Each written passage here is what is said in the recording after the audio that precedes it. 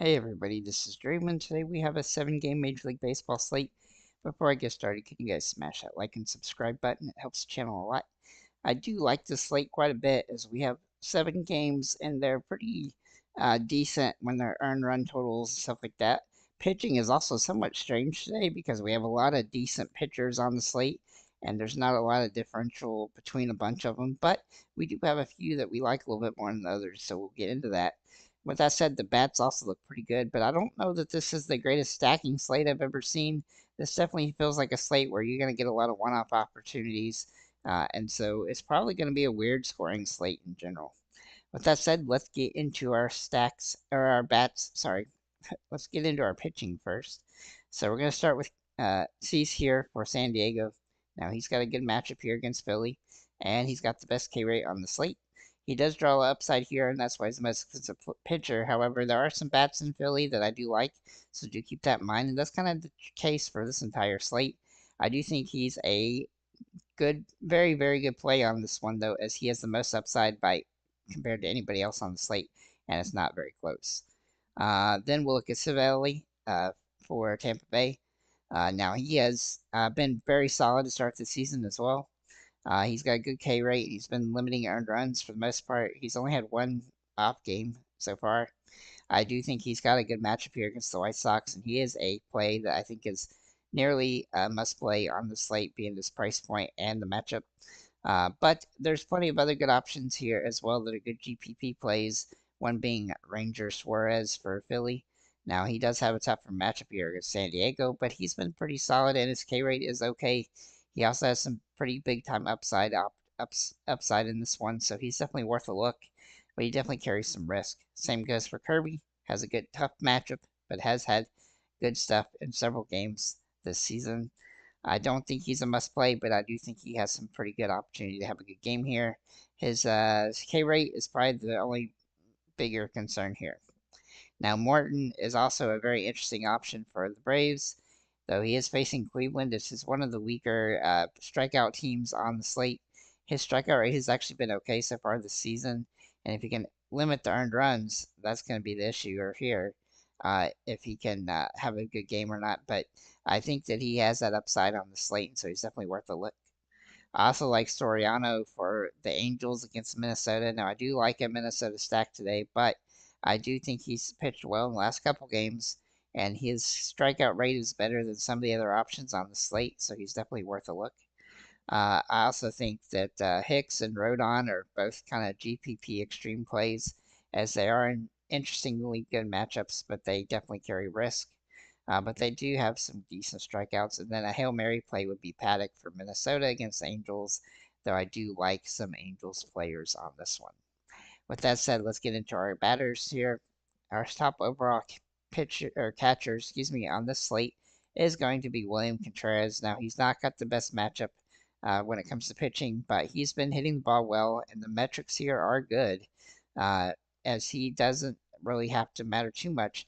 Rodon does tend to give up some home runs at times, so he's definitely somebody I would consider on the slate. But if you don't want to utilize him, you could go with our Cal Raleigh for Seattle. I do think he's a top tier option on the slate at this position, and he's nicely priced, and he has a good matchup here against a pitcher that's going to struggle a little bit, at least in this game. I also like Ryan Jeffers as a good play at $4,000. He's been a pretty good play for the last 3 or 4 games he's played, and he's been solid in those. His price has come up a little bit, but he's still a viable option here. And then Logan O'Hoppe for the Angels. He's a contrarian play today. He does have some good metrics for this game, so he's definitely worth a look. Moving to first baseman, Bryce Harper is our top overall play at this position. He's been absolutely phenomenal lately. He's also got a great matchup here against San Diego, and so he's definitely worth a look. Though Cease is a really good pitcher, so he's going to be kind of a one-off for Philly. Matt Olson and Josh Naylor both draw some potential in this one, but I do like Naylor some here if you don't use Morton. He's a good one-off for Cleveland to have a solid game. He's been playing pretty well lately. But a couple of value plays at this position are Kirilloff from Minnesota, and he might be a very popular play with his matchup today. He hasn't had a lot of big time fantasy point games yet, but he definitely has some potential today. Rice Hoskins is another good value play at this position. Now, he does have some home run upside today, so he's definitely worth a look. Maybe another second baseman. We'll start with Xander Bogaerts here for San Diego. Now, I don't love San Diego's stack, but there's going to be some players from San Diego that look really good today, and he's one of them.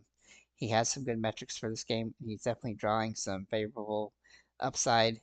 Eduardo Julian is a very good value play for Minnesota at this position.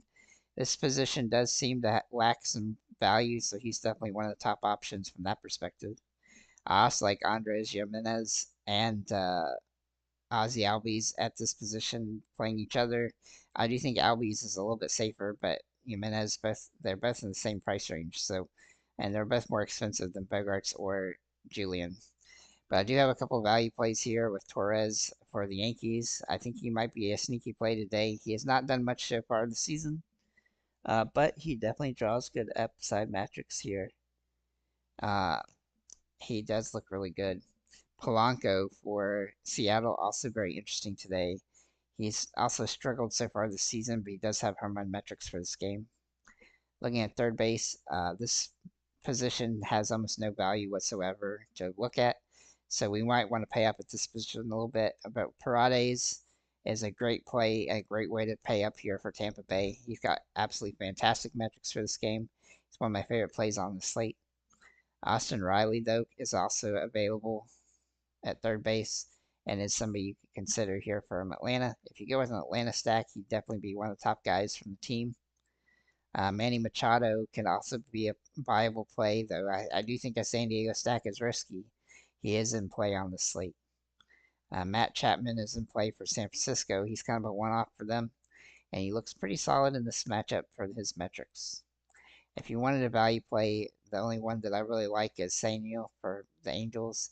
He's actually had some really good hitting so far this season, though he is striking out a lot. If he does make contact, he's been hitting the ball hard, though, so that's what's important there. But he's very Hail Mary-ish. Maybe in the shortstops, Manny Machado can also play here at short, so he's definitely available from that perspective. But Volpe is also in play for the Yankees. The Yankees have a couple guys that have some upside, and he's definitely one of them. I think the Yankees will strike out some today, but I think that they're going to have some upside as well. Be one of the top stacks on the slate. Then we'll look at Kim for San Diego. Now, Kim is definitely risky today, but he definitely draws good metrics on the slate, so he's definitely worth a look. I also like Willie Adames for as a one-off for Milwaukee, so you could up to two Milwaukee players in there, but I think he is a decent play. He's not a great play, but a decent one on the slate. Looking at O'Neal Cruz, his metrics really do jump off the page today at this position. I think he's the easy answer if you just say, I just need a mid-price player to play this position and has good hitting metrics. He's the one, so I do like him from that perspective. I also, though, like Jose Caballero is a little bit cheaper play for Tampa Bay, and Tampa Bay is going to be a popular stack today, especially with the pitching situation. And then Willie Castro is kind of a good Hail Mary option for this team for Minnesota if you wanted to go that route, as he's nice and cheap, and he can give you some availability to maneuver around other positions. He's one of the cheapest plays on the slate that has a lot of viability. Maybe the outfielders. We do like Acuna, Soto, Judge, and Tatis Jr. as our top four. I think all four of these guys have a lot of upside. Acuna has been phenomenal so far this season with the stolen bases, though he does need to get on base a couple times to really pay off here. Soto has been absolutely hitting home runs like crazy, and I look for him to continue that today. I also like Aaron Judge, however, he's been boom or bust so far this season, striking out a lot. Sometimes only gets home runs or nothing. Tatis Jr. is a very solid play today. He's been pretty solid so far this season. He's got good metrics for this game. And then the Hail Mary at this position for the expensive plays is Mike Trout, obviously because he's got 10 home runs this year already. If he hits a home run, he pays off, obviously. All right, so looking at the value plays here at this position, we'll start with Josh Lowe, who should be back today. We do want to make sure he is in the lineup, though. If he is in the lineup, he'll be somebody to consider as he hasn't started it this season, but he definitely adds a lot to this lineup, and he's definitely worth a look if he's in there. Kirilloff is also in play for Minnesota outfield, who I also already mentioned at first base. Draws really good metrics here. And then Soler for San Francisco. He also looks really good today for a San Francisco batter.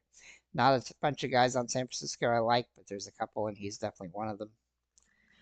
Then we'll look at Michael Harris. He's a little bit pricey today, but if you could fit him in, he'll definitely be somebody I would consider an Atlanta stack. Atlanta's going to be a popular stack today as well, and he's definitely going to be one of the reasons why.